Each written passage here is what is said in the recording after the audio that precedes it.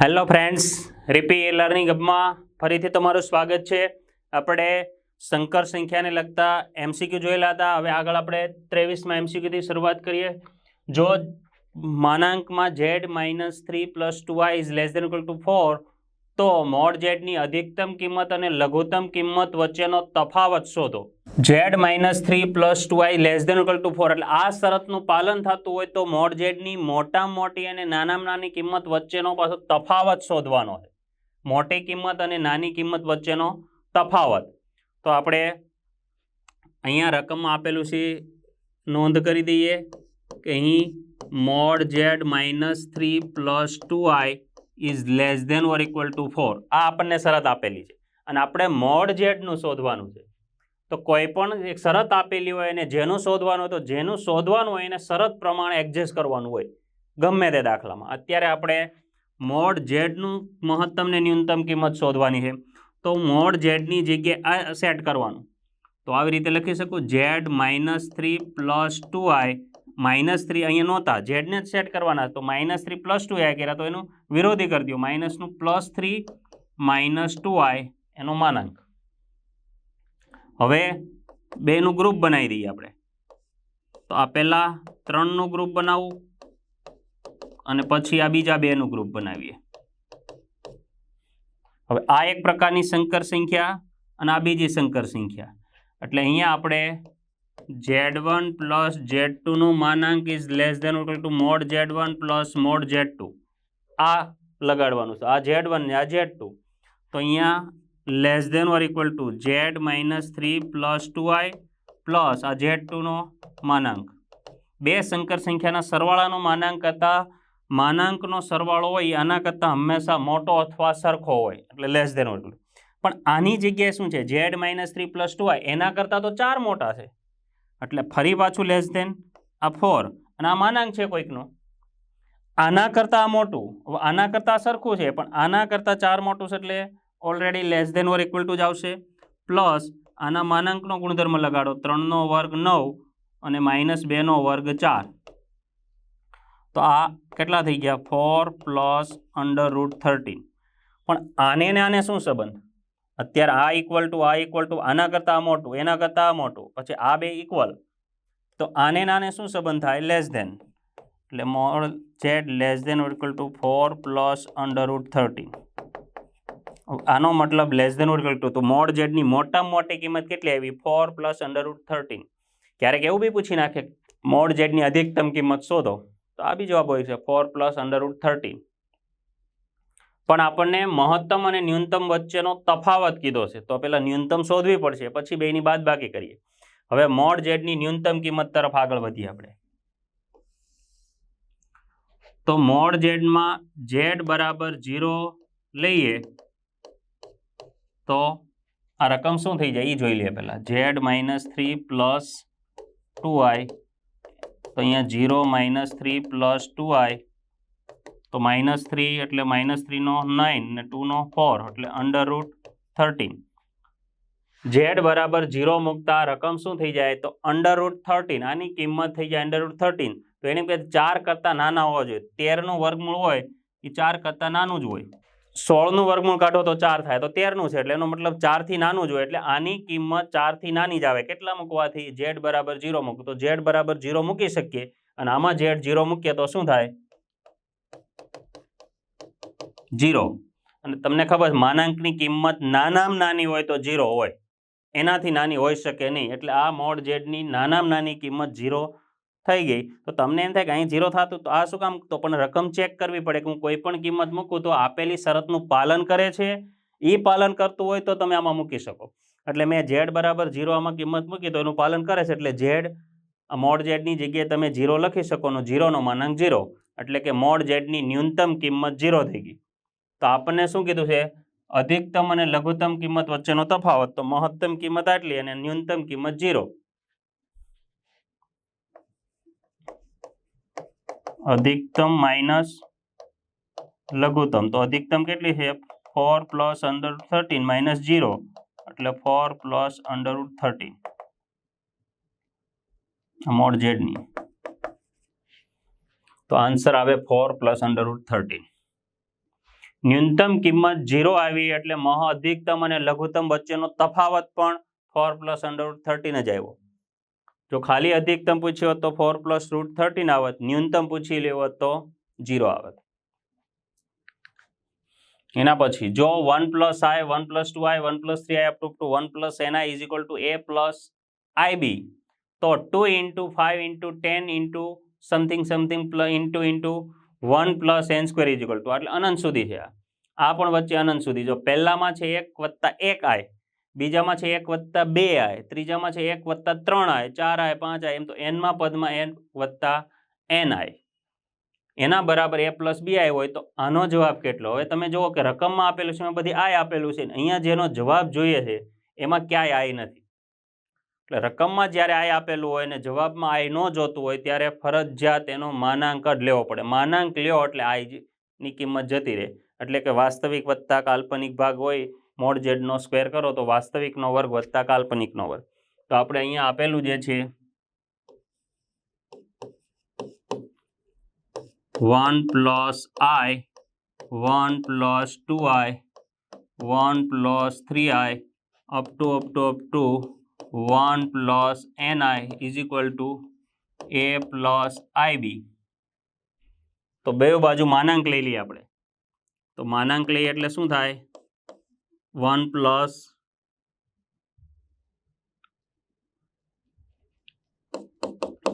i 1 plus 2i, બે બાજુ માનાંક clear થાય. 1 plus 3i up to 1 plus ni એનો માનાંક ને આ બાજુ 1 પ્લસ ib. હવે માનાંક આ બધાના ગુણાકારનો છે તો એને અલગ અલગ માનાંક આપો તો આપી શકાય. તો અહીં કયો ગુણધર્મ છે? તો Z1 into Z2 into Z3 નો માનાંક કરો તો એનો જવાબ Z1 નો માનાંક, Z2 નો માનાંક અને Z3 નો માનાંક. 2 નો હોય તો 2 નો, 3 હોય તો 3, 4 હોય તો 4, 10 હોય તો 10, n હોય તો n. n સંકર સંખ્યાના ગુણાકારનો માનાંક અને માનાંકનો ગુણાકાર બે સરખો જ થાય. એટલે આપણી પાસે આ n સંકર સંખ્યા છે તો એની જગ્યાએ તમે અલગ અલગ માનાંક આપી શકો. 1 plus i 1 plus 2i 1 plus 3i up to 1 plus n into i બરાબર a plus i into b. બધાને માનાંકના ગુણધર્મ. વાસ્તવિક સંખ્યાનો વર્ગ વત્તા કાલ્પનિક સંખ્યાનો વર્ગ. તો આનો વાસ્તવિક સંખ્યાનો વર્ગ કાલ્પનિક સંખ્યાનો વર્ગ શું થશે? 1 વત્તા કાલ્પનિક સંખ્યા જે છે એ i એનો સહગુણક 1 એટલે 1 નો વર્ગ 1, પછી બાજુમાં 1 નો વર્ગ 1, 2 નો વર્ગ 4, 1 નો વર્ગ 1, 3 નો વર્ગ 9, એમ કરતાં કરતાં 1 નો વર્ગ 1 ને n નો વર્ગ n સ્ક્વેર, આનો a સ્ક્વેર અને b સ્ક્વેર. કાલ્પનિક ભાગ b છે. હવે બે બાજુ વર્ગ કરી દઈએ અને વર્ગમૂળની કિંમત આપને ખબર 1 વત્તા 1 એટલે કેટલા થઈ જાય? 2. અહીંયા 4 ને 1 5 અને 10, એમ કરતાં કરતાં 1 પ્લસ n સ્ક્વેર અને આ બાજુ વર્ગ કરીએ એટલે a square plus b square. અને આપણે આ જ જોતું હતું. 2 ગુણ્યા 5 ગુણ્યા 10 ગુણ્યા up to 1 plus n square is equal to કેટલા? તો a square plus b square. C option. મિત્રો ધ્યાન રાખજો, જ્યારે પણ રકમમાં i હોય અને જવાબમાં i ન જોતો હોય ત્યારે મોટે ભાગે, હંમેશા નથી કહેતો, મોટે ભાગે એટલે 99.99% કિસ્સામાં માનાંક લેવાથી એનો જવાબ આવી જ જતો હોય. i જો નીકળી જતો હોય જવાબમાં તો એને માનાંક લેવાથી જવાબ આવતો જ હોય. ક્યારેક વળી ઝેડની કિંમત શોધવાની કહે ત્યારે બે બાજુ કમ્પેરિઝન કરવી પડે, વાસ્તવિક ભાગની અને કાલ્પનિક ભાગની. પણ 99.99% કિસ્સામાં માનાંક લેવાથી સેટ થઈ જ જાય. એના પછી z is equal to √2i minus √-2i, તો મોડ z કેટલા? જોઈએ આ સંકર સંખ્યામાં, એમાં પાછો વર્ગમૂળમાં માઇનસ છે. તો z is equal to √2i minus √-2i. તો સંકર સંખ્યા છે એટલે આપણને ખબર છે કે -1ની જગ્યાએ તમે i સ્ક્વેર લખી શકો. તો જે આ -1 છે એની જગ્યાએ હું i સ્ક્વેર લખી નાખું, i સ્ક્વેર ઇન્ટુ 2i તો છે જ. તો આ 2i છે પણ આ i સ્ક્વેરની જગ્યાએ માઇનસ બહાર કાઢી લો તો ચાલે. i સ્ક્વેરને વર્ગમૂળ i આનું નથી નીકળતું, પણ આઈ સ્ક્વેરનું વર્ગમૂળ આઈ એટલે બહાર નીકળી ગયો. હવે પાછા બેમાંથી કોમન કાઢો. આમાંય √2 આઈ, આમાંય √2 આઈ, તો √2 આઈ અંદર છે વર્ગમૂળમાં, તો અહીંયા કંઈ ન વધેલું 1, અહીંયા આઈ. હવે આ સંકર સંખ્યા થઈ ગઈ. તો આપણે એનો માનાંક શોધી લ્યો. માનાંક એટલે √2 આઈ અને 1 માઇનસ આઈ. આઈ સંકર સંખ્યા, આ પણ સંકર સંખ્યા, તો બેને અલગ અલગ માનાંક તમે આપી શકો. √2 આઈ એનો માનાંક અને 1 માઇનસ આઈ એનો માનાંક. √2 આઈ નો માનાંક, √2 આઈ એનો માનાંક શોધવાનો છે આપણે. કઈ રીતે થશે એનું? તો √2 નો અલગ, આઈ નો અલગ, એટલે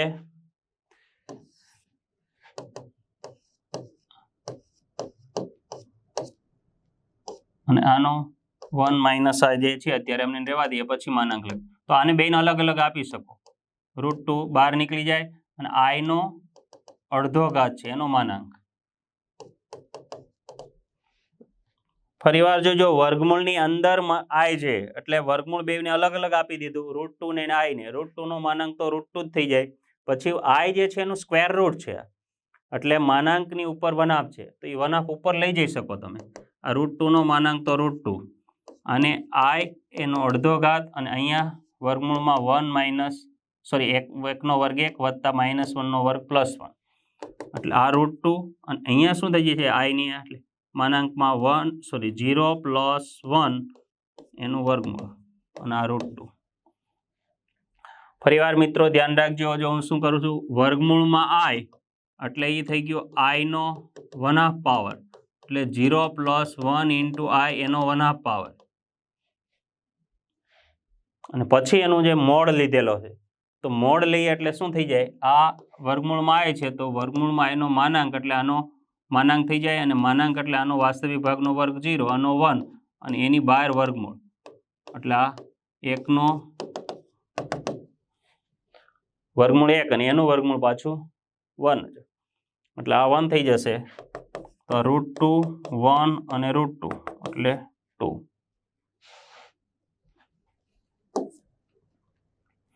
ફરીવાર આપણે જોઈ લઈએ, √2 આઈ માઇનસ √2 આઈ છે, તો માઇનસ આઈની જગ્યાએ -1 ની જગ્યાએ આઈ સ્ક્વેરનું √ આઈ, બેમાંથી √2 આઈ કોમન, તો 1 માઇનસ આઈ. પછી આનો માનાંક એટલે આનો માનાંક, પણ આ બેનો અલગ અલગ માનાંક આપી દીધું. પણ આમાં પાછી બે સંખ્યા છે, √2 × √i. આનું તો સિમ્પલ છે, વાસ્તવિક ભાગનો વર્ગ કાલ્પનિક ભાગનો વર્ગ, એટલે √2 થઈ ગયું છે અહીંયાથી.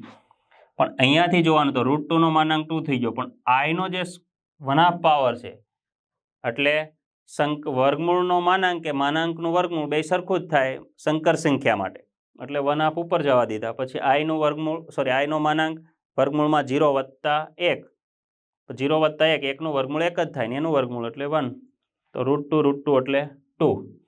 તમને એમ થાય કે માનાંક 1નું વર્ગમૂળ +or -1 હોઈ શકે, 1નું વર્ગમૂળ 1 પછી 1નું વર્ગમૂળ 1 અહીંયા પોઝિટિવ, પણ 1/2 છે એટલે પાછું +or - હોઈ શકે.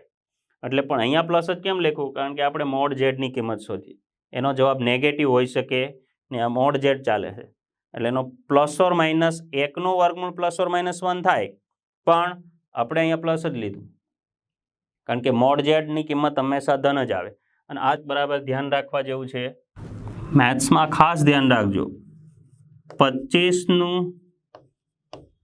વર્ગમૂળ આમ પૂછે તો તમારે જવાબ +or - આપવાનો હોય, પણ જો આને સંકેતમાં લખીને દીધું હોય કે તમને કે વર્ગમૂળમાં, તો આનો જવાબ ઓનલી +5 લખવાનો હોય. વર્ગમૂળની નિશાની ગણિતશાસ્ત્રીઓએ ધન કિંમત માટે વ્યાખ્યાયિત કરેલી છે. એટલે કોઈ એમ પૂછે કે 25નું વર્ગમૂળ x² = 25, તો x બરાબર કેટલા, તો +or - 5. પણ જો તમારે સાદુરૂપ આપતા સ્ક્વેર રૂટમાં 25 આવતા હોય તો એનો જે સ્ક્વેર રૂટ કાઢો ત્યારે ઓનલી +5 જ લખવાનું, 25નું નહીં ગમે તેનું.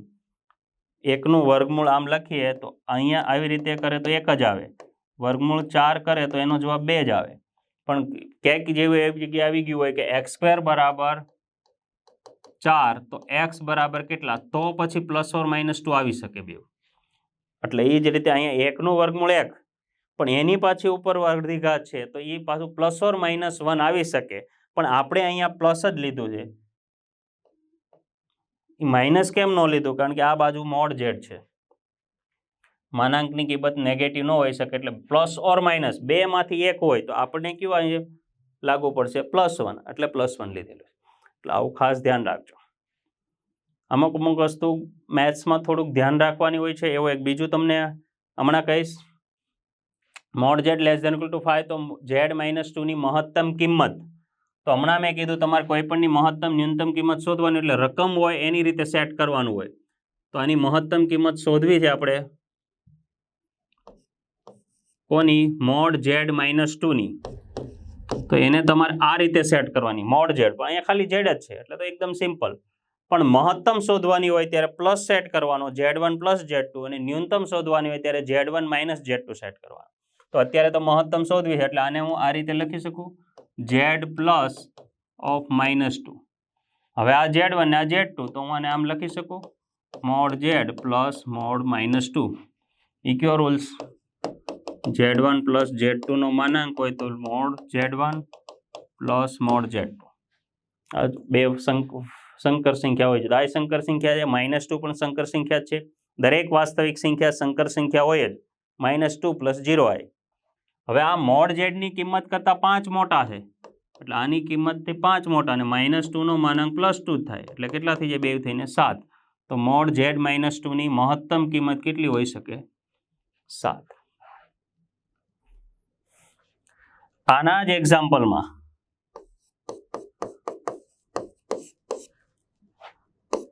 Mode z is less than or equal to 4 હોય તો અહીંયા 4 + 2 એટલે મહત્તમ કિંમત કેટલી આવે? 6. તો મોડ z-2 ની મહત્તમ કિંમત બરાબર 6. ખાલી ફેરફાર ક્યાં થશે? અહીંયા જ. મોડ ઝેડની જગ્યાએ એના કરતાં 4 મોટા, અને 4 + 2 એટલે 6. પણ જો અહીંયા બી કંઈક અલગ અલગ હોય કે z is less than equal to 5, z-1 less than equal to 5, તો z-2 ની મહત્તમ કિંમત, તો અહીંયા z-1 છે ને અહીંયા z, તો આ નહીં, તો આને સેટ કરવું પડશે. તો આને કઈ રીતે સેટ કરીએ આપણે? કોની કીધી છે? z-2 ની મહત્તમ કિંમત, એટલે z-2 લખવાના, પણ સેટ કરવાનું રકમમાં આપેલું હોય તે, એટલે z-1 તો એક સંકર સંખ્યા z-1 અને બીજી -1, સોરી +(-1). આ z1 ને આ z2, બે સંકર સંખ્યાને અલગ અલગ કરી દીધી.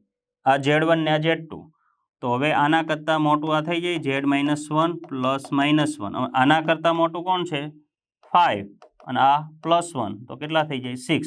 તો આની મહત્તમ કિંમત કેટલી થઈ ગઈ? 6. પણ ક્યારે?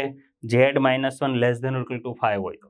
એટલે આવું યાદ રાખવાનું કે જ્યારે રકમમાં ગમે તે વસ્તુ આપેલી હોય અને રકમમાં જે શોધવાની હોય, તો શોધવાની હોય ત્યાંથી શરૂઆત કરવાની, પણ એને ગોઠવવાનું કેવું? તો રકમમાં જે આપેલું છે તેવું. તો અહીંયા તો બેઠો મોડ z જ હતો એટલે ડાયરેક્ટ ગોઠવાઈ જ ગયેલું છે. પણ અહીંયા જુઓ, z-1 less than equal to 5 હોય, તમને આની કીધી હોય, આ રકમ આની આ છે, પણ શરત બદલી નાખી, z-1 is less than equal to 5. તો આને મારે આ સ્વરૂપમાં ગોઠવવાની. આવા બીજા MCQ પણ છે આગળ. z-2 is equal to z-1 - 1, -2 ને -1 લખાય, એટલે આ જે આની જેવું ગોઠવાઈ ગયું. હવે આ એક સંકર સંખ્યા અને -1 છે, એને અલગથી અલગ સંકર સંખ્યા, +(-1), એટલે આ z1 ને આ z2, એટલે less than equal two z1 + z2. પણ z1 - 1 કરતાં 5 મોટા છે, અને આનો માનાંક તો +1, એટલે ટોટલ 6. તો આની મહત્તમ કિંમત 6. અત્યારે આપણા દાખલો જે છે એની મહત્તમ કિંમત 7 છે.